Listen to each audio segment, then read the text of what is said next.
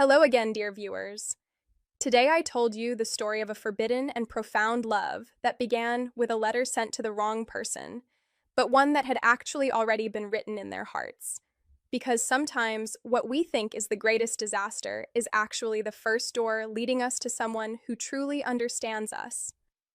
And sometimes a single glance speaks louder than feeling silenced for months. Enjoy watching. At 9:03 on a Tuesday morning, I watched Dr. Eva Laurent place my love letter on the lectern in a pale gray folder and smooth it once with the flat of her hand like it belonged there. The paper had been folded, unfolded, and read. I knew that because I recognized the last two crooked lines I'd scrawled across the bottom at 2 in the morning when I was tired enough to be honest and dumb enough to save the file in the same folder as my class assignments. I also knew because when she lifted her eyes to mine, something precise and controlled shifted under her composure, and every drop of blood in my body fled for the exits. Instead, 12 hours earlier, half asleep and rushing before the upload portal closed, I had attached the wrong document to our seminar site.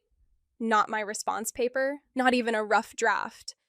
I had submitted a private letter with no recipient and too much truth in it. A thing I had written for no one and for exactly one kind of woman at the same time.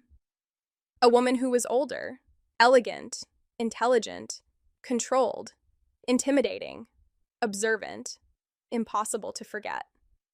A woman who could still a room without raising her voice. A woman who looked carved from discipline and would still notice if I had skipped lunch or lied about being fine. A woman who, unfortunately, was now standing at the front of my Narratives of Intimacy seminar in a charcoal suit with a cream silk blouse, a silver watch at her wrist, and my humiliating soul tucked inside her folder. No one else in the room knew. At least I didn't think they did. 23 students were pulling out laptops, shaking rain from jackets, whispering over coffee cups and highlighted paperbacks. The projector hummed, chairs scraped. My pulse was loud enough to count as a campus alarm. Dr. Laurent adjusted her glasses and said in her calm, low voice, "Before we begin, a brief reminder. When submitting written work online, verify the file before you upload it. Carelessness is not always recoverable." A few people laughed, the casual sympathy laugh professors sometimes earned when technology failed them. I didn't breathe. Her gaze crossed the room and landed on me with terrible accuracy. "I trust," she added, "that today's discussion of unintended readers will feel especially vivid." She began class as if nothing apocalyptic had happened. That was somehow worse than if she had been angry. Angry I could have managed. A cold professionalism with that unreadable undercurrent wrecked me. We were discussing dangerous disclosures in modern fiction, letters intercepted, diaries discovered, private language turned into public consequence. Every sentence felt designed to skin me alive. "Why," she asked the room, "is writing often most honest when it believes it will never be read?" "Because," I said, and my voice came out wrong, too thin. "Because if no one is supposed to see it, you stop performing." Something about the way she said it made heat climb straight from my collarbones to my face. I knew exactly which line she was hearing in her mind because I remembered typing it at 1:41 a.m.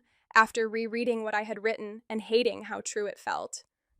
I think I'd fall hardest for a woman who notices the performance first.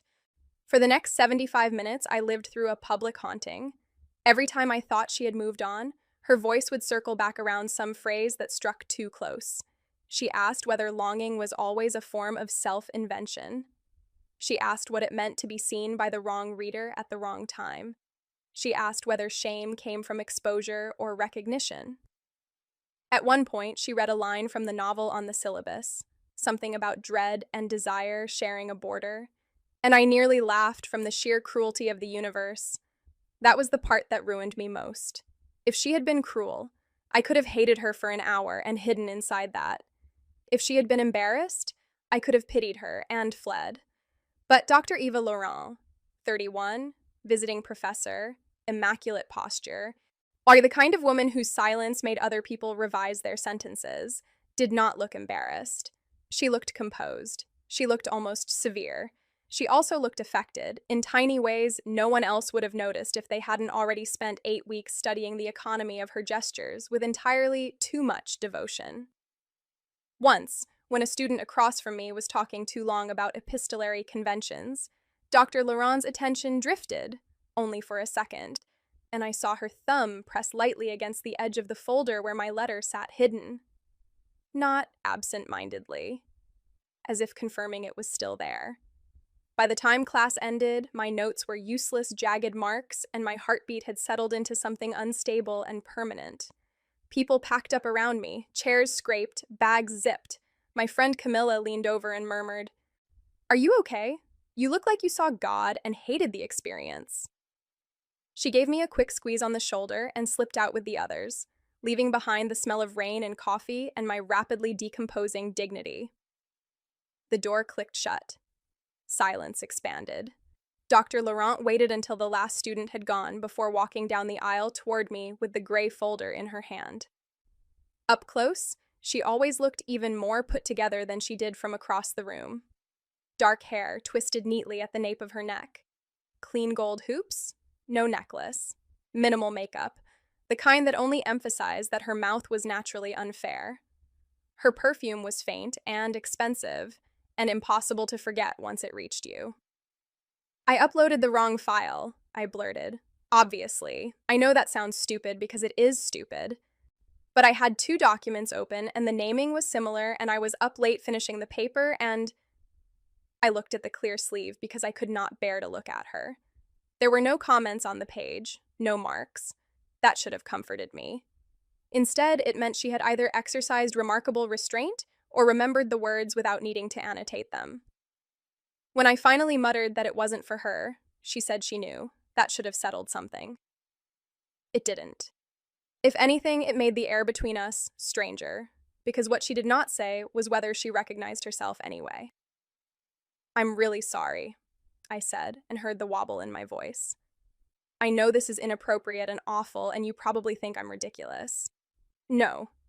Her answer came too quickly, like truth before caution. Then her expression shuddered with professional control. "I think you made a mistake. Those are not always the same thing." That would have been kind if she had not said it while looking directly at me, as if kindness itself had edges. Her fingers rested on the folder a moment longer before she slid it toward me. Our fingertips brushed over the plastic sleeve. Static leapt all the way up my arm.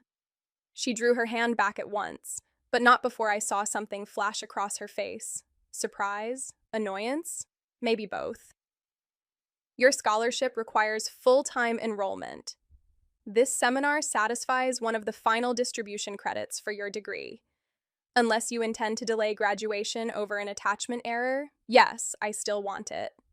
For the first time, her composure faltered enough for me to see the woman underneath it. Not softened. Sharpened. Her jaw tightened slightly. Her gaze dropped to the folder, then back to me. "You are not dropping this seminar because I happened to read a page of private writing," she said. "I won't sign off on a choice made from humiliation." I should have thanked her. I should have accepted the practical mercy and run. Instead, I heard the exact tone she used when she wanted me to stop hiding behind self-destruction. And somehow that was worse. Something changed in her eyes then. Not pity. Something more dangerous because it respected me too much to pretend I was a child. She stepped back first, reassembling distance around herself with visible effort. "Submit the correct paper by midnight. Next week's presentation schedule will proceed as planned. If you need to discuss the administrative aspects of remaining in the course, you may come to office hours tomorrow." Administrative aspects, not the letter. Not the way she had looked at me when she refused to let me disappear. Not the way my pulse had slammed against my ribs hard enough to hurt. Her throat moved with a swallow. "Go home, eat something, then write the paper you meant to submit." That was the line that nearly broke me. Not because it was intimate, because it wasn't. It was worse. It was careful, observant. Exactly the kind of attention I had written about wanting from a woman who would notice the things I tried to hide. I did not go home. I went straight to the registrar's office, then academic advising, then the scholarship office, like a woman trying to outrun a fire with forms. The registrar told me late withdrawal required instructor approval and would show on my record.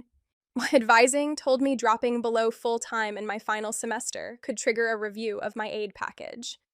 The scholarship office used the phrase "not recommended" 3 separate times in one conversation. By noon, I had acquired a headache, a pamphlet on graduation requirements, and the certainty that I was trapped. Ms. Mendoza, your revised response paper is due by midnight as discussed. Please also note that you remain scheduled to lead discussion on Friday's reading. Office hours tomorrow, 2 to 4, if needed. E. Laurent.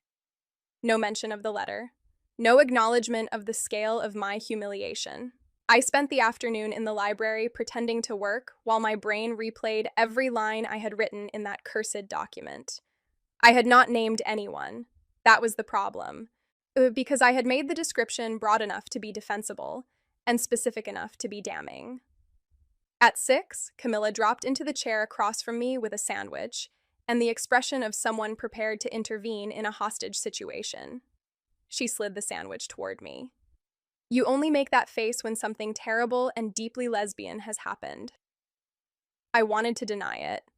Instead, I laughed once, sharp and exhausted, then clapped a hand over my mouth because the library was quiet and my breakdown had manners.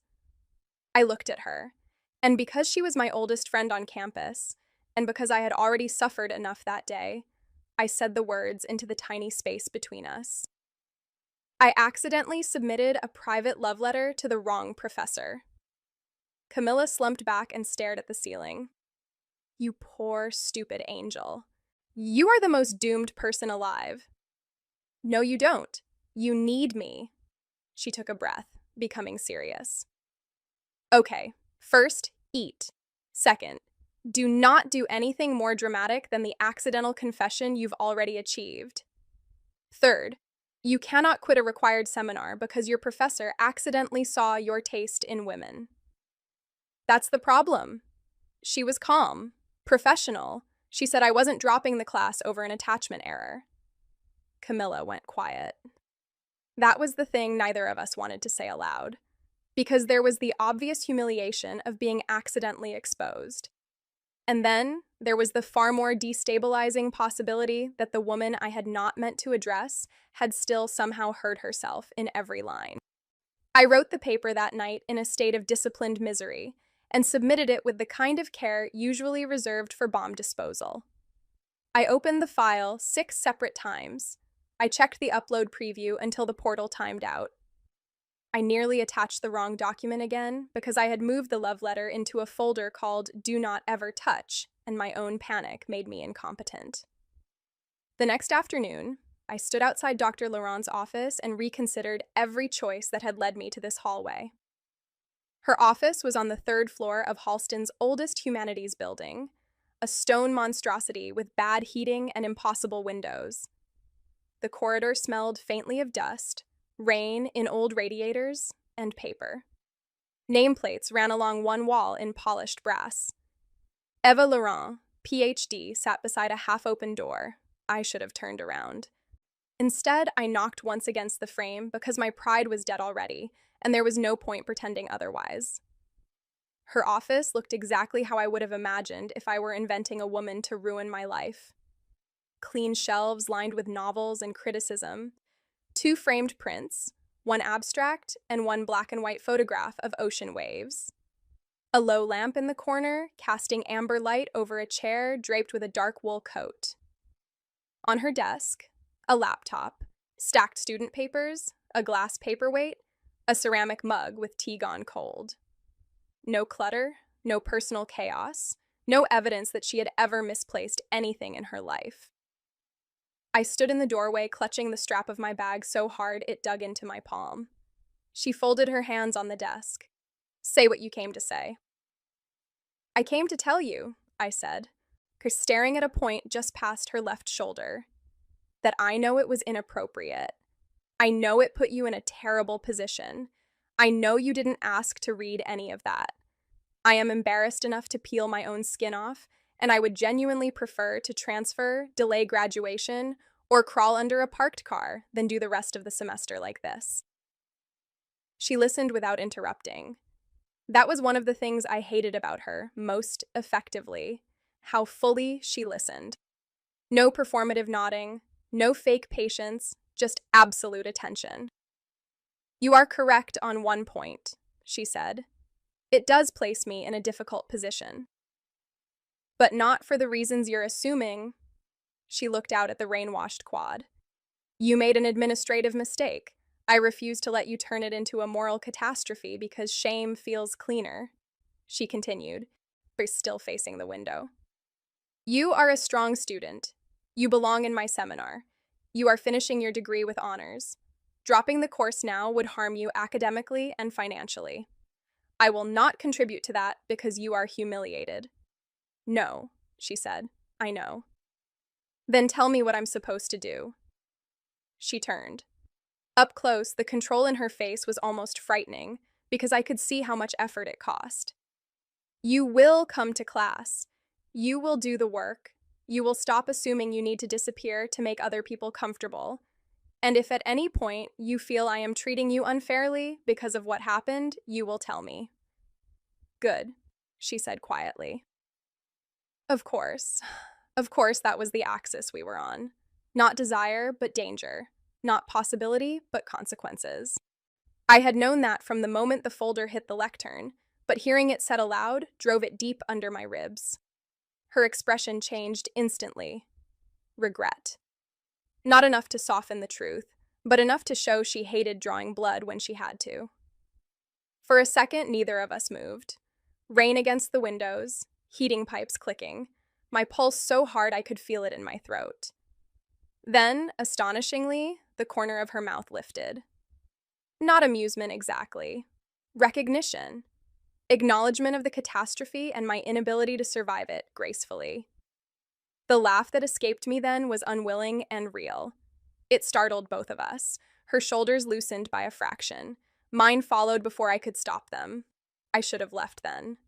Instead, I said, because my dignity was already a crater, "Did you read all of it?" I looked at her. At the elegant stillness of her body, the tension hidden in her jaw, the pulse fluttering once at the base of her throat. It suddenly struck me that she was not untouched by this. She was handling it better. That was not the same thing. There it was. The terrible, real question. Not was it meant for you? Not did you think I was stupid? Did you hear yourself in it? She exhaled slowly through her nose. You wrote, she said, and my entire body turned to heat because she was quoting it, quoting me. That the worst kind of woman is one who looks impossible until she says your name.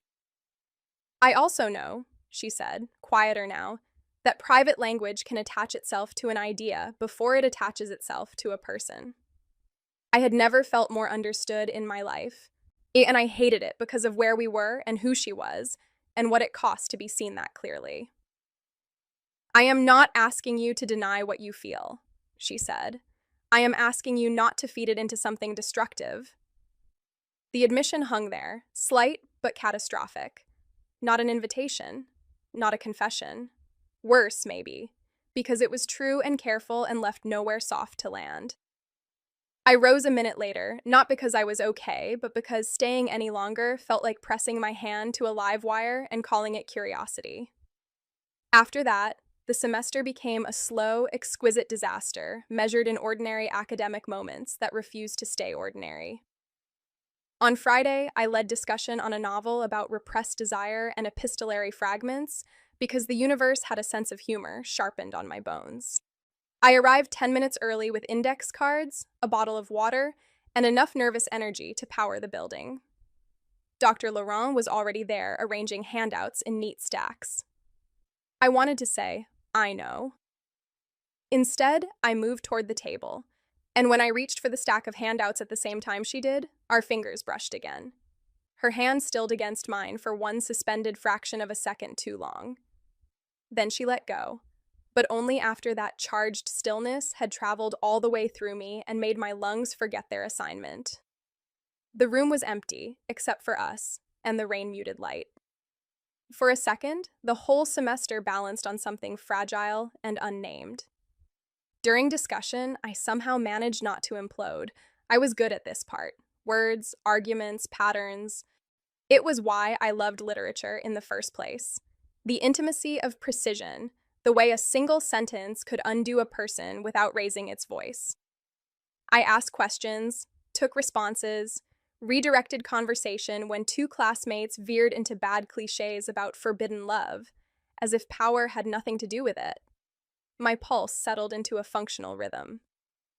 Ms. Mendoza has touched on something important, she said from the end of the seminar table, turning her pen between long fingers. Desire is not made noble by obstruction. Sometimes it is only made dangerous. After class, while everyone packed up, Brooke Halpern, a classmate with glossy hair and opinions she often mistook for insight, leaned over and murmured, "Wow, Laurent actually smiled at you today. Must be nice being the favorite." It wasn't. Or not only. I saw the measuring curiosity in her face, the way people start building a story before they have facts. I hated how instantly afraid I became. Across the room, Dr. Laurent was speaking to another student. She looked up. Her attention sharpened on my face, then Brooke's, then back to mine. She read situations the way other people read subtitles. "Brooke," she said evenly, and the whole room felt it. "If you have a comment about seminar dynamics, you may make it to the room, rather than at the edge of someone's chair." The control in Eva's voice was absolute. So was the warning. Brooke muttered something and left. When the room emptied, I stood. "You cannot do that." She looked up slowly. "If someone is trying to corner you into embarrassment, yes, I can. This is how rumors start."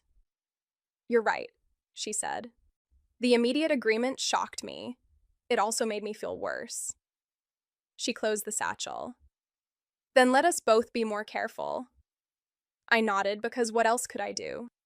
But as I moved past her chair, the hem of my coat snagged awkwardly on the corner of the table. I fumbled with it, already blushing for an entirely different reason, and before I could fix it, she stepped in close and freed the wool with two efficient movements of her hands. Her fingers briefly touched the small of my back through my sweater as she settled the coat straight. Every thought left my body. She realized what she had done a second too late. Her hand withdrew as if the contact had burned. Mine tightened uselessly on my bag strap. I did not have a good weekend. Tess and I had never officially dated, which was good because it meant our breakup had only damaged one friendship instead of two. She was a theater major with a shaved undercut on one side and a mouth that enjoyed trouble as a hobby. We had kissed a few times sophomore year, then wisely realized we were much better as co-conspirators than romantic material. She still flirted like breathing. I still rolled my eyes like religion. "I hear," Tess said, dropping onto our couch, "that you've turned your academic career into erotically charged administrative despair." Camilla raised both hands and said, "I only told her enough to save your life." Tess opened the dumplings. "Did you or did you not accidentally send a love letter to a professor built like a lesbian thunderstorm?" An hour later, despite all my protests, they had extracted most of the story. Not the exact words of the letter. Those I would have defended with my last breath. But enough that Tess whistled low and said, "So she's handling it by being even hotter. That's diabolical." I stared at the coffee table. I'm worried she recognized herself and now has to be disgusted by that. And that's worse. I laughed without humor.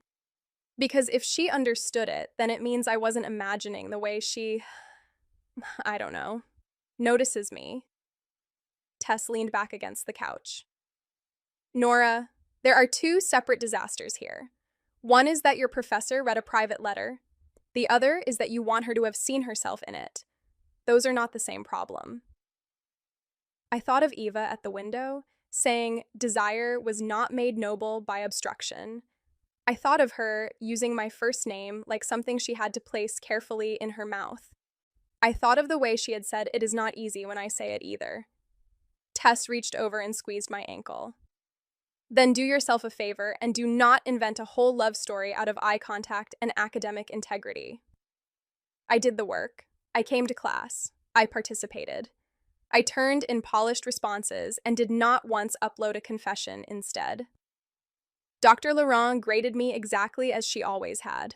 Rigorous, incisive comments in the margins, no hint of personal indulgence.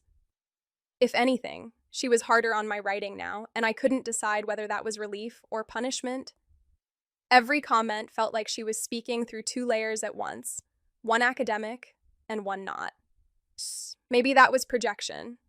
Maybe I had gone fully insane. Either way, I read her feedback with my face hot and my pulse misbehaving. Once, during class discussion, I challenged one of her readings of a passage. It was not performative. I genuinely disagreed. The room sharpened instantly because Eva Laurent loved disagreement only when it was earned. I did. We spent 8 minutes going back and forth over a paragraph in silence, so taut the rest of the room barely moved. It should have felt adversarial. Instead, it felt like being met at full strength. By the time I finished, my whole body buzzed with the raw pleasure of being taken seriously. No one else in the room understood why that sentence left me speechless. To them, it probably sounded like a professor acknowledging a student's best thinking. To me, it sounded like she had been waiting for me to stop flinching. One Thursday evening, I was in the library basement hunting down an out-of-print criticism source when my phone buzzed with an email from her. Ms. Mendoza, please come by my office tomorrow after seminar to discuss your thesis bibliography. There are several sources you should not miss. E. Laurent. The next day, seminar ended with a pop quiz announcement that made half the room groan and somehow gave me something else to panic about. I lingered until everyone left, then followed Eva to her office in a silence that felt more intimate than conversation. Inside, she closed the door halfway, but not all the way. The visible crack of hallway light between the door and frame eased something in me I had not realized was clenched. She remained standing on the other side, flipping through my pages. Your research question is good, she said. It's too modest. You keep choosing language that hides how ambitious the argument actually is. She looked up. Why? That is because it is. She slid the packet toward me and tapped one paragraph with her pen.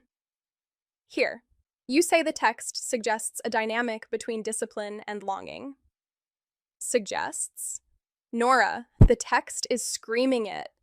She continued marking passages, writing quick notes in the margins. I tried to focus on the thesis and not on her hands or her mouth or the way loose strands of dark hair had escaped at her temples by the end of the day. Then she said, without looking up, you have a habit of retreating into precision when the sentence threatens to expose you. Her eyes met mine. There was no one in the hall. No sounds except the building settling around us and the thin hiss of radiator heat. It felt like standing on a ledge. It felt like every careful thing between us had developed hairline cracks.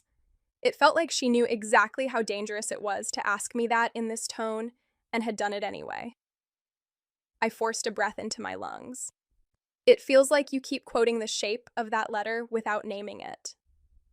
For the first time since I had met her, Eva Laurent looked momentarily unguarded. Not startled, struck. I stared at the margin notes because it was safer than staring at her. One of them read, "Be bolder here." The irony made me almost hysterical. Acting like you can say things that pull the ground out from under me and then hide inside office hour voices. Then she stood again abruptly, as if proximity had become untenable. Take these books, she said, moving to the shelf behind her and pulling down 3 slim volumes. Especially the Ahmed essay. It will sharpen your second section.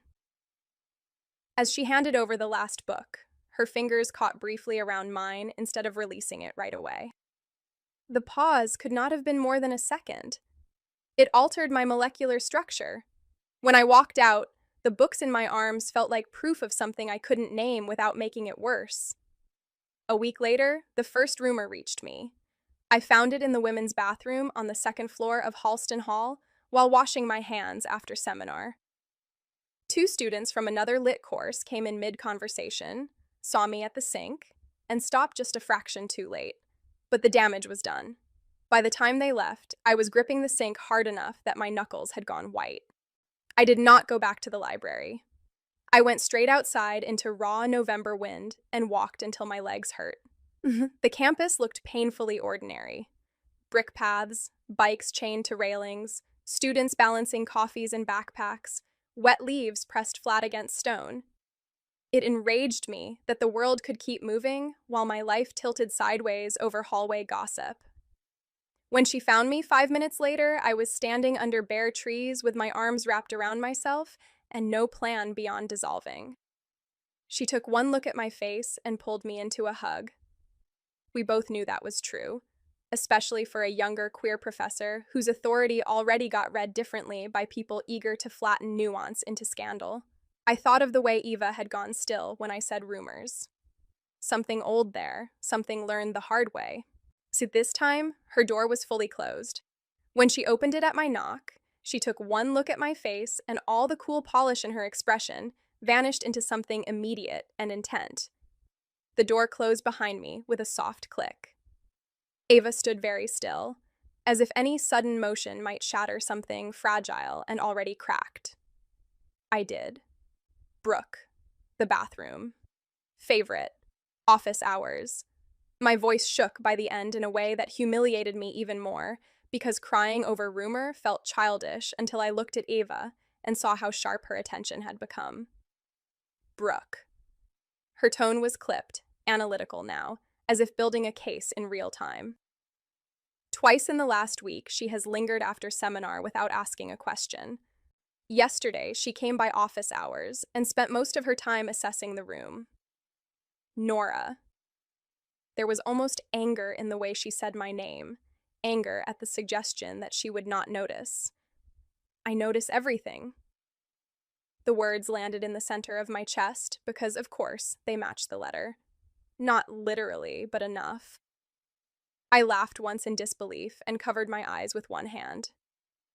Please don't say things like that when I'm trying not to panic. When I lowered my hand, she was watching me with the strangest expression I had ever seen on her face. Not soft, not hard, wrecked with restraint. I thought of the coat at my back, the defense in class, her coming over to me in the theater lobby at all, my own face every time she spoke. We had both failed in 100 tiny human ways that added up to risk. Her gaze flicked to the bookshelf, the window, anywhere but me. Best case?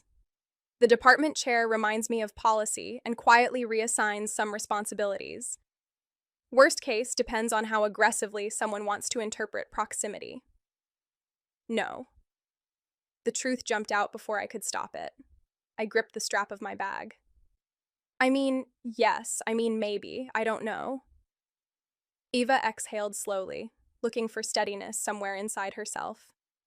Listen carefully. From this point on, any thesis-related feedback from me goes through email. No closed-door office meetings unless absolutely necessary, and then with the door open. Seminar interaction remains seminar interaction. If Brooke or anyone else says anything directly to you again, you tell me immediately. I almost laughed from the bleakness of it. You telling me to report gossip to the source of the gossip is not very comforting. I should have left then, but instead, I said the thing that had been burning holes in me for days. Why did that word hit you like that? Rumor. For a long time, she said nothing. Then she moved to the chair by the window and sat, as though whatever answer she was deciding whether to give me required a different posture than authority. 5 years ago, she said at last, I was a doctoral candidate teaching my first course while finishing my dissertation. I was 26. There was a faculty mentor in the department. Older, brilliant, impossible, the kind of woman people built stories around because they couldn't bear that she was simply very good at her job. Ava looked not at me, but at some point in the air just past my shoulder. I admired her. Everyone did. A colleague decided that admiration was more interesting if it could be recast as intimacy. He made jokes. Then he made insinuations. Then he attached my name to hers in enough rooms that the story became easier to repeat than to challenge. It was also deniable. Her smile was brief and bitter. Nothing had happened. That turned out not to matter much. She distanced herself immediately to protect both of us, which was sensible and brutal. I learned two things very quickly. First, that institutions do not require facts to become frightened.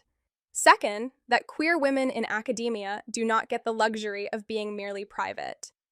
We are often interpreted before we are understood. No, she said, but it changed its shape. It cost me a recommendation from the colleague who started it. It made another mentor cautious. Yeah, it made me cautious. I finished my degree, left, and became very skilled at never giving anyone anything to work with. That explained everything and nothing. Her precision, the discipline, the way rumor tightened her face before she ever answered it. The fact that my stupid accidental letter had landed on a woman who knew exactly how dangerous being misread could become. Then my phone buzzed in my coat pocket, and the spell broke with such violence I nearly swore. Camilla, probably. The ordinary world barging in. Her voice was measured again, but her eyes were not. You asked once whether I regretted reading that letter. The truthful answer is that I regret how impossible it has made certain forms of distance. Then I opened the door and walked out into the hallway on legs that no longer felt connected to my body. For 3 days after that, I avoided looking directly at her in seminar because I did not trust my face. She, in turn, did not call on me once unless I volunteered. The distance we implemented was so correct, it felt cruel. Email feedback only. Doors open. No lingering after class. We moved around each other with the precision of people trying not to break something already cracked in 6 places. Please do not come by my office. We will speak after class in the department conference room with Professor Abrams present. Professor Abrams was the undergraduate director, 60 if she was a day, famous for terrifying first years and quietly saving disasters no one else ever saw. If she was going to be in the room, this was real. I sat through seminar in a fugue state. Ava taught with her usual control, discussing authorship and surveillance as if my pulse were not ricocheting around the room. She did not once look at me longer than was pedagogically necessary. Brooke, 2 seats down, avoided my eyes entirely. When the class ended, everyone filed out with the restless energy that comes from smelling tension without understanding it. I stayed seated until the room emptied. Eva packed her notes with precise, swift movements. The silver line of her watch flashed when she capped her pen. Professor Abrams was already waiting when we entered, along with a man from Student Affairs, whose name I forgot immediately because dread had consumed the language centers of my brain. There was also a printed document on the table. Complaint. The word might as well have been acid. Abrams motioned for me to sit. This is an informal review, she said, voice brisk, but not unkind. A concern was raised regarding possible favoritism and inappropriate one-on-one attention in Professor Laurent's seminar. We are clarifying facts before anyone gets dramatic. Abrams continued. Ms. Mendoza, have you received academic accommodations, grade changes, or private opportunities not available to other students in this course? I swallowed. Office hours, thesis reader meetings, once at a theater showcase where we ran into each other in public. Abrams studied both of us for a long moment that felt like a century. Fine. Then here is what happens. Professor Laurent will recuse herself from evaluating Ms. Mendoza's thesis and final seminar project effective immediately. Another reader will be assigned. Seminar grading for Ms. Mendoza will be reviewed by a second faculty member at semester's end. Office hour meetings between the two of you will cease unless another faculty member or open door arrangement is present.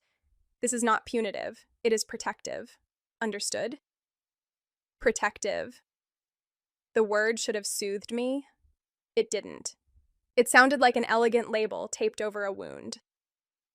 Abrams slid the complaint paper into a folder without showing it to either of us. As for whoever filed this, I'll handle that part internally. Student rumor is not a governing principle in my department. I stood too quickly and my chair caught on the rug. Before I could steady it, Eva's hand moved on instinct toward my elbow. She stopped herself in midair, fingers curling inward before contact. The interrupted gesture hurt more than a touch would have. Abrams saw it. Her expression shifted almost imperceptibly. Not suspicion. Understanding. That was somehow worse. In the bathroom downstairs, I locked myself in a stall and cried as quietly as I could with both fists pressed to my mouth. Not because anything had happened, but because it hadn't, and the world had still found a way to put its hands all over it, because the complaint had formalized what was wrong without naming what was true, because the very procedures designed to protect us also made the tenderness between us feel contaminated by scrutiny. Camilla found me 20 minutes later, sitting on the floor in the archives break room with a cup of tea gone cold between my hands. That was the part splitting me open. Not because I needed some grand gesture, because she had obeyed the system instantly, perfectly, responsibly. She had done exactly what she should do, and it felt like being abandoned by the only person who had ever managed to make me feel terrifyingly visible. Dr. Naomi Chen, a younger lecturer with kind eyes and a terrifying bibliography, took over as second reader on my thesis. She was smart, generous, completely harmless, and I resented her on sight because she now occupied the institutional place Eva was no longer allowed to stand. That was unfair. I knew it. It did not make me less unfair. Naomi emailed thoughtful suggestions, invited me to a group work session for thesis students, and once told me she admired the nerve of my central argument. I thanked her like a polite person while thinking, this should not be you. Ava became almost impossible to read in seminar. Not colder exactly, more exact. She distributed attention with surgical fairness. She never lingered near my seat. If she defended my argument, she did so by directing praise through the entire room. When she wrote on the board, she kept her back to us a second longer than necessary, as if organizing her face before turning around. One Monday, the class split into small groups to workshop final project ideas. I was paired with Brooke, and two others, by the indifferent cruelty of alphabetized lists. Brooke spent most of 10 minutes talking past me, then made one offhand remark about how some people got extra help if they knew how to leverage faculty attention. Before I could decide whether to respond or flip the table, Eva's voice cut clean across the room. No, Eva said, still calm, still public, still one breath away from losing control if you knew how to hear it. You were implying, if you have a substantive critique of a classmate's project, make it in scholarly terms, or not at all. After seminar, Brooke caught me in the hallway, face tight with equal parts anger and embarrassment. I didn't file anything. She crossed her arms. I'm serious. I talked, okay? I said you were always in her office. I said it looked weird. But I didn't file a complaint. Brooke hesitated, then said with disarming honesty, because every time she looked at your work, it was like she was seeing something worth fighting with. And I thought if I provoked it enough, maybe I'd figure out what it was. Not because it forgave her, it didn't, but because it revealed something uglier and more ordinary than malice. Envy. The first snow of the year arrived early, dusting the campus in a thin silver layer that made everything look quieter than it was. The same afternoon, Naomi held a thesis workshop in the graduate reading room. I went because skipping would only feed my own melodrama. 8 students showed up, along with 2 faculty readers rotating between tables. Naomi took our section through methodology issues with efficient warmth. Halfway through, while I was explaining an argument about emotional discipline in women's writing, Naomi leaned over my notes and said, "This is excellent, Nora. You keep circling a larger claim about what control costs a person. You should trust yourself and make it explicit." At that exact moment, I felt it before I saw it, the shift in the room that came when Eva entered. She had not been expected at this workshop. She was there to drop off a packet for another lecturer, nothing more. But she paused in the doorway long enough to take in the scene. Naomi beside me, leaning close over my pages, my head bent toward Naomi's shoulder, our shared low conversation and the easy intellectual intimacy of it. Ava's face did not change. That was the miracle and the tragedy of her. But I knew her now. I knew the subtle stillness that meant she had just exerted an enormous amount of control. Naomi looked up and waved. Eva, perfect timing. I was just stealing your old reader's former student and telling her to write the sentence she's afraid of. Eva crossed the room, set her packet on the side table, and should have left. Instead, she glanced at my pages and said, "Your archive section would be stronger if you used the Villiers correspondence. Not only the published letters." Naomi turned to me slowly. "Okay," she said. "I do not know what your seminar politics are, and I don't want to, but that was one of the most territorial scholarly comments I've ever heard." That evening, walking back across the snow-lit quad, I found Eva standing under the archway outside Halston Hall, as if she had materialized out of the cold stone itself. Her coat was buttoned, dark hair tucked behind one ear, gloveless hands buried in her pockets. She said, too evenly, "Your friend seems affectionate." My heart gave one violent beat. Naomi is not my girlfriend. Her mouth pressed into a line. That is not my concern. It sounded so much like a lie that I almost laughed. I dislike being replaced in a process I began. The understatement of that made something in my chest ache. She's fine," I said. "But she doesn't know how I cut my arguments short when I'm afraid of them." "No," Ava said quietly. "She wouldn't." Snow landed in the dark of her hair and melted there. "You know that?" I whispered. Her laugh was soft and almost unhappy. "Nora." My name again. Too gentle, too dangerous. I mean too many things. The words hung between us, white as breath.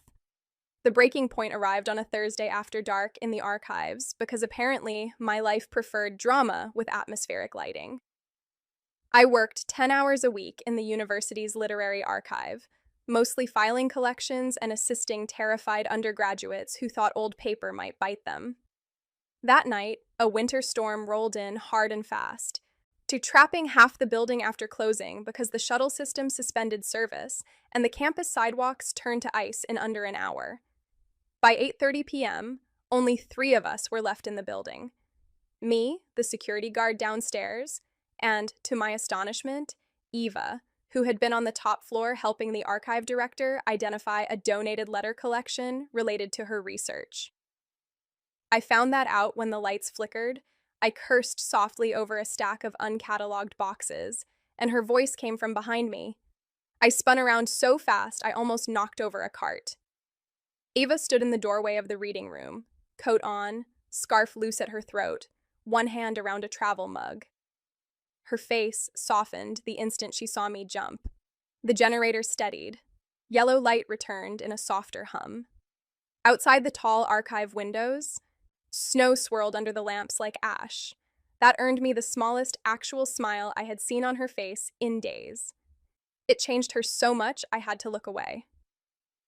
I am not having a student crack her skull on the humanities steps because she mistakes stubbornness for independence. Yes. She took a step closer, lowering her voice instinctively in the empty room. It was also true.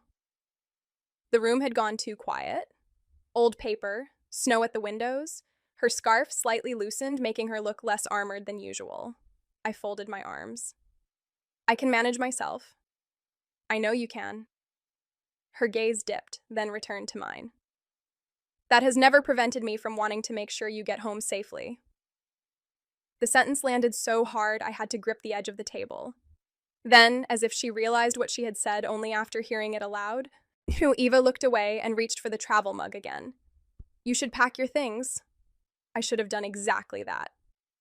Instead, I said, "Why did my letter affect you so much?" Her hand stilled around the mug.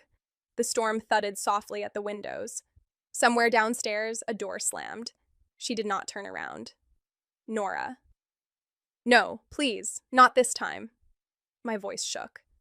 I feel like I'm losing my mind because you keep giving me pieces and expecting me to survive on the edges of them. Slowly, she set the mug back down. When she faced me, I saw that calm had cost her. Do you want the selfish answer or the careful one? Because you wrote about a woman I have spent years trying not to be visible as. Every nerve in my body lit at once. She took one step closer, not enough to touch. Enough that I could see the faint tiredness under her eyes and the pulse in her throat. You wrote about control as if it were lonely, she said. About discipline as if it were costly. About being observed with tenderness and not just appetite or projection. Do you know how rare that is? I could not speak. You didn't write a fantasy of conquest. You wrote... She broke off, looked away, then back to me with painful honesty. You wrote the emotional architecture of a woman who has taught herself to be difficult to reach. My eyes burned. It felt, she said, like being read by someone I had not yet allowed near enough to read me.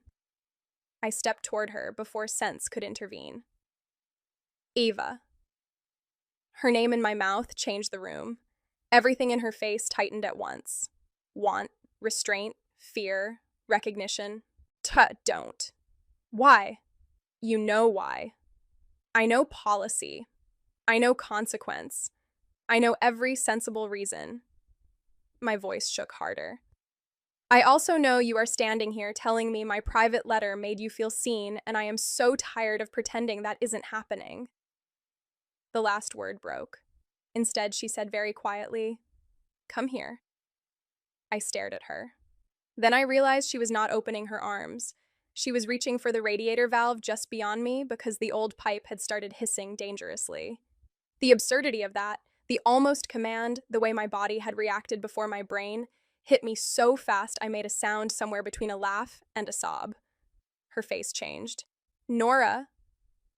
And then she was in front of me anyway, not touching, but close enough that I could smell snow and cedar and tea on her coat.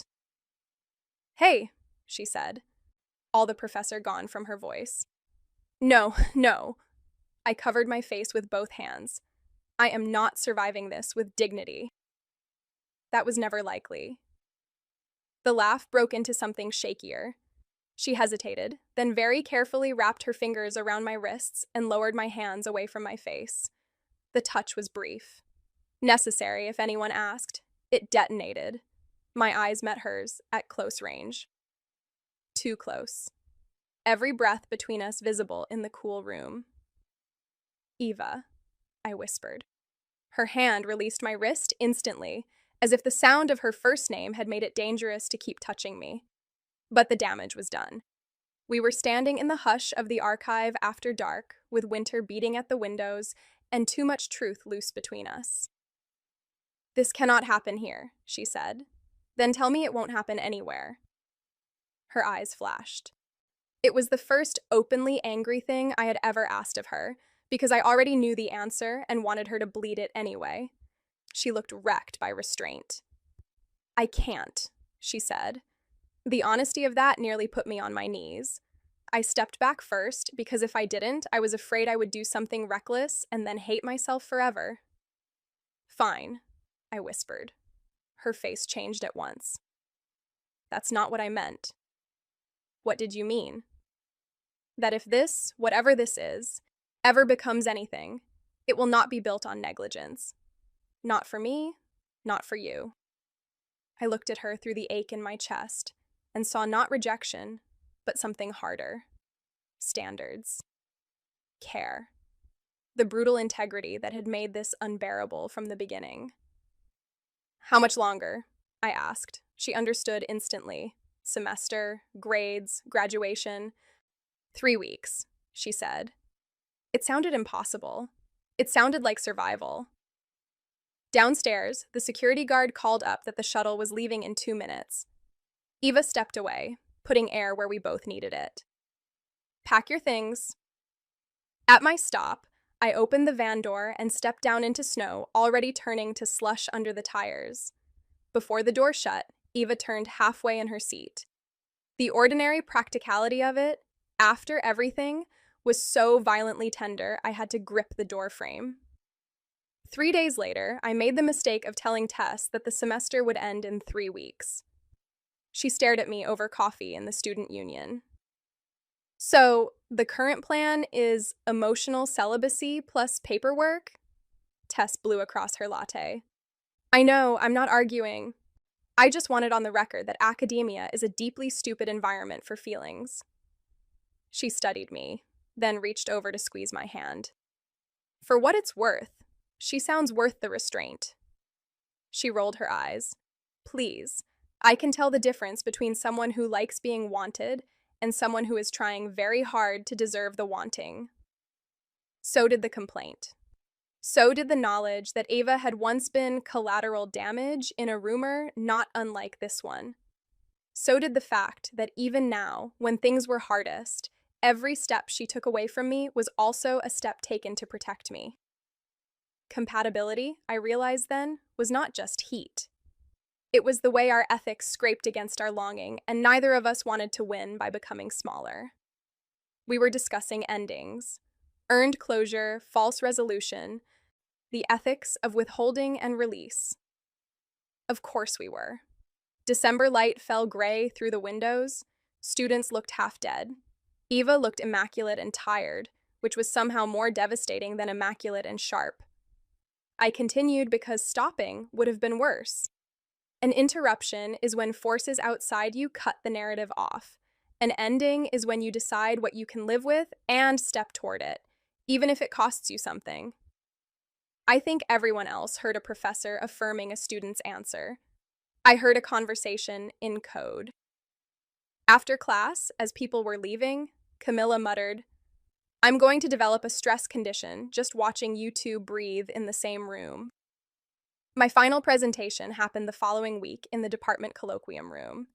Naomi sat on the panel with Abrams and another faculty member. Ava was there too because it was still her seminar, but she occupied the far end of the table and never once intervened during questions. I presented on women's writing, restraint, and the cost of legibility with a steadiness I did not feel. When I finished, Naomi asked a methodological question. Abrams challenged one interpretive leap, and Eva said nothing. Nothing. When the session ended, students spilled into the hallway, flushed with adrenaline. Naomi clasped my shoulder and said, "That was excellent. You trusted the big claim." Across the hall, Eva was speaking to Abrams, face composed. She did not look at me. The old ache surged up hot and childish. Fine, fine. This was what responsibility looked like. This was what I had asked for. Why did it still feel like abandonment every time? I ducked into the stairwell because crying in public had become too regular an activity in my life, and at least stairs had privacy. She held up both hands. I am not here to discuss anything dramatic. I came to tell you that Abrams just said your project was one of the strongest in the cohort, and if you lock yourself in a stairwell without hearing that, I'll be professionally offended. Naomi's face softened. Hey, I'm okay. I know. She leaned against the rail beside me, not crowding. You're just trying to carry too many things with a straight spine. Naomi glanced toward the stairwell door and lowered her voice. For what it's worth, Lauren looked like she was physically restraining herself from joining that Q&A. Before I could answer, the stairwell door opened again. Eva stepped in, saw Naomi, and halted. Naomi straightened at once. I was just kidnapping your former thesis reader's former student to tell her Abrams loved the project. I see, Eva said. The temperature in the stairwell dropped 20 degrees. Naomi looked from her to me and then, with the air of a woman refusing to become part of whatever this was, patted my arm. Congratulations again. Don't hide in here too long. Then she slipped past Eva and out the door. Silence. I kept my eyes on the stair rail because looking at Eva while jealousy still burned faintly around her would have been catastrophic. She seems generous, Eva said after a beat. I lifted my head. Are you asking as a colleague or as a woman who sounds annoyed? Something dangerous flashed in her face. Both. She's generous, I said. And I'm not in love with her. The stairwell went very still. Ava's throat moved. You should not say things like that here, she said. Then stop sounding like you need to hear them. That did it. The control in her face slipped. Not gone, but visibly cracked. She took one step down toward me, hand catching the rail beside my shoulder instead of touching me, close enough that I felt the heat of her through my coat. You are making this very difficult, she said. Good. Her laugh was one breath and no amusement. Brutal. You taught me well. Her eyes dropped to my mouth and stayed there too long. I could hear my own blood. Then, with visible effort, she stepped back. Final grades are submitted Monday, she said. Your degree audit closes Wednesday. Commencement is Friday. The air left my lungs. She looked at me like the next words cost her. After that, either the shape of this changes or it doesn't, but it does not remain like this. Those last 5 days of the semester were unbearable. I submitted my final portfolio. Naomi emailed congratulations and a few final comments. Abrams approved my degree audit. The scholarship office sent a bland confirmation that made me want to frame it. Eva graded the seminar with the second reader review in place, which meant my final comments came through the online portal without any visible difference from anyone else's. I opened mine at 12:07 a.m. Monday night with my hands shaking. Final grade, A. Comment. Your work this semester sharpened steadily once you stopped apologizing for its ambition. Keep going. No signature, no first name, no hidden language, just the most her sentence possible, given everything. Commencement morning dawned bright and painfully clear, the kind of cold, spring-adjacent winter day that makes stone buildings look ceremonial. Halston's quad filled with folding chairs and families and camera flashes. I wore a cap that hated my hair and a gown that made everyone look mildly haunted. It wasn't fine. It was reasonable, sensible, maybe even necessary. Final grades were in, yes, but commencement was still public, crowded, watched. Maybe Eva had decided the whole thing had been an unbearable almost and should remain one. Maybe she had protected us all semester only to choose distance at the end. Maybe that was the right choice. I smiled for photos, I shook hands, I crossed the stage and accepted a leather folder containing proof that I had survived my degree. My mother cried in the third row. My little brother sent me a thumbs up from 2 seats over because emotional range was not his gift. Through all of it, some part of me scanned the faculty section without permission. I saw Eva only once, seated 3 rows behind Abrams in faculty regalia that made her look even more like a woman from another century of discipline and self-command. She did not look at me while I was on stage. Good. Correct. Excruciating. After the ceremony, chaos swallowed the quad. Families collided. Flowers appeared from nowhere. Students screamed and took pictures balanced on low walls. I hugged my mother, my brother, Camilla, Tess, 3 people from the archive, and an aunt on video call. An hour passed in warm, noisy blur. Unknown number. If you are free once your family has claimed their photographs, there is a bench behind Bellamy Hall. 10 minutes. Eva. Everything in the world narrowed to that screen. Camilla saw my face and inhaled sharply. Go. Behind Bellamy Hall, away from the main ceremony traffic, there was a small courtyard with an iron bench overlooking the winter garden. Students rarely used it because it was too exposed in summer and too cold in winter. Today it was empty, except for one woman standing beside the bench with her hands in the pockets of a dark coat. Eva. No regalia now. Just black wool, gray scarf, hair down and moving slightly in the wind. I stopped 3 feet away because my body had apparently forgotten its own functions. For a second, neither of us spoke. There was no classroom now, no office, no policy frame around us, just cold air and a completed degree and the terrifying fact of having arrived somewhere real. Then she looked at my gown and cap and said, with a smile so slight and devastating it nearly ended me, "You look very pleased with yourself." Her gaze moved over my face as if she had been careful not to do that in full for weeks and had finally stopped denying herself.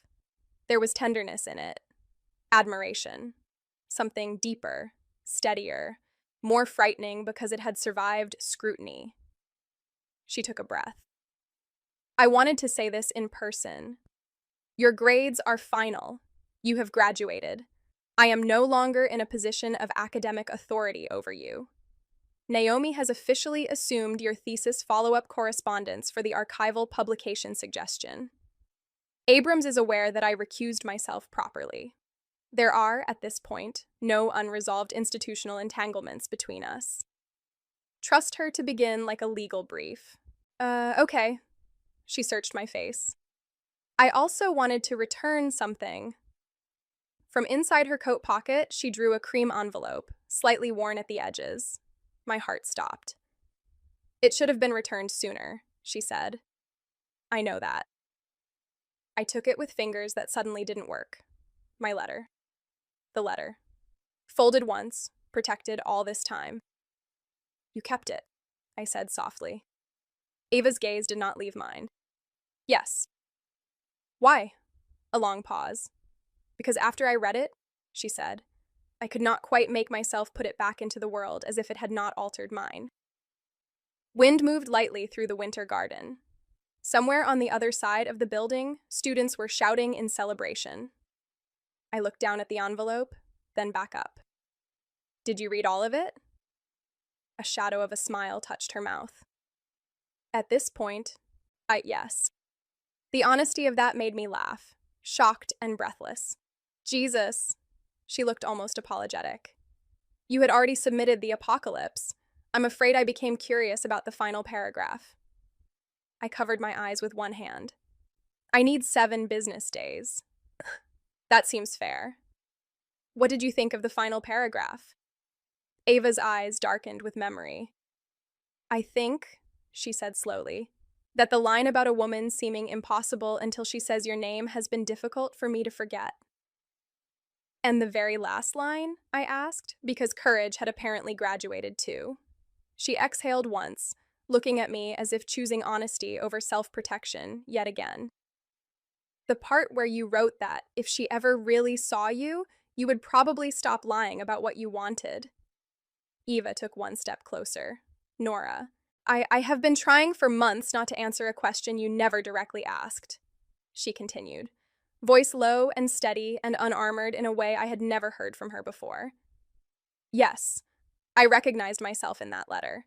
Not because you wrote me intentionally, because you described the architecture of someone I know from the inside, and because, at some point I should perhaps not specify, you stopped being a type and became a person I looked for in every room. The entire world seemed to tilt. I stared at her in the cold, bright courtyard, diploma folder still tucked under one arm, like proof that I had done at least one thing correctly in my life. Her face changed at the sound. God, she was still so controlled even now, but the control had finally stopped pretending to be indifference. I nodded because I believed her. Because I had believed her long before she said it and had still needed to hear it aloud. Then I asked the question that mattered more than any other, now that the structure of our lives had finally changed. What do we do with it? We do not rush because we have been deprived, she said. We do not turn secrecy into romance because we've had too much of it. We start honestly. Dinner if you want that. Conversation without codes, no institutional shadows, no stolen corners. Then the laugh faded and the truth of the moment rose clear and sharp between us. This wasn't fantasy. Not a professor's reckless descent into impropriety. Not a student's crush rewarded for persistence. It was 2 women standing in the aftermath of restraint, deciding whether the wanting between them could survive daylight and choice. Yes to dinner. Yes to conversation. Yes to no codes. I looked down at the envelope in my hand, then back at her. Yes to seeing what this is when it gets to exist honestly. Something in Eva's face opened then, small and luminous and almost unbearable, because it was joy held in a woman who had taught herself not to display too much of it at once. "Can I kiss you?" I asked, because if we had learned nothing else, we had learned the value of explicit truths. The first kiss was not frantic. That would have been easier. It was worse in the best possible way. Slow, careful, and so charged with withheld months that the slightest contact felt like the release of a held breath I'd forgotten how to survive without. Her hand came up to my jaw with exquisite hesitation, as if still asking even after I had said yes. My fingers found the edge of her coat, then the line of her waist. Cold air, warm mouth, the clean cedar of her perfume, the tiny sound she made when I leaned in closer and she finally stopped pretending composure would save either of us. Eva rested her forehead lightly against mine for one impossible second, then stepped back with a shaky exhale that turned into a laugh. She looked over my shoulder toward the main quad, where distant applause rose and fell. "Your family will start a search party." We sat on the iron bench because neither of us seemed ready to leave, and because the world had finally become simple enough to tolerate stillness. I took off the stupid graduation cap and set it beside me. Ava reached over after a minute and smoothed one flattened piece of my hair back into place with such absent tenderness, I almost died again. "You wrote me a note. You wrote me 12 pages first." It was 9.5. I know. The fact that she knew exactly how long it was nearly sent me off the bench. "So," I said, absurdly shy now that the apocalypse had already happened, "I'll see you tonight." "Yes," she said. The word held no hesitation anymore. I took 2 steps backward, then stopped. "Eva?" She looked at me. "There was one thing in the letter I didn't mean as a type," I said. Her brows lifted slightly. "No?" "No." I smiled despite myself. The part about wanting a woman who notices when I skip lunch. Something warm and almost wrecked crossed her face. "Then," she said, "you should eat before dinner, because commencement adrenaline does not count as nutrition." I laughed, and there it was again. Why, that impossible familiar tenderness becoming ordinary in front of me. Not fantasy, not projection. Compatibility wearing practical clothes. "Bossy," I said. "Observant. Intimidating. Controlled when circumstances allow. Impossible to forget." Her gaze held mine, steady and bright and finally unafraid. "On that point," she said, "I'm afraid you may have been entirely correct." I went back to the quad with her note in my pocket, my letter in my hand, and a feeling in my chest so complete it made the whole campus look different, not softer, sharper, as if the world had finally stopped interrupting long enough to let an ending become what it was meant to be. That night at 8, I walked into Marrow on Birch Street wearing a dark green dress Camilla called fatal and Tess called overdue. Eva was already there by the window, rising when she saw me with that same look she had worn in the courtyard, careful, stunned, openly moved despite herself. No codes, no lectern, no gray folder, no policies left between us. Just dinner, conversation, winter light on the glass, and the woman I had once accidentally described before I understood that sometimes the wrong reader is only wrong until life catches up with the truth. When she said my name this time, there was nothing impossible about answering.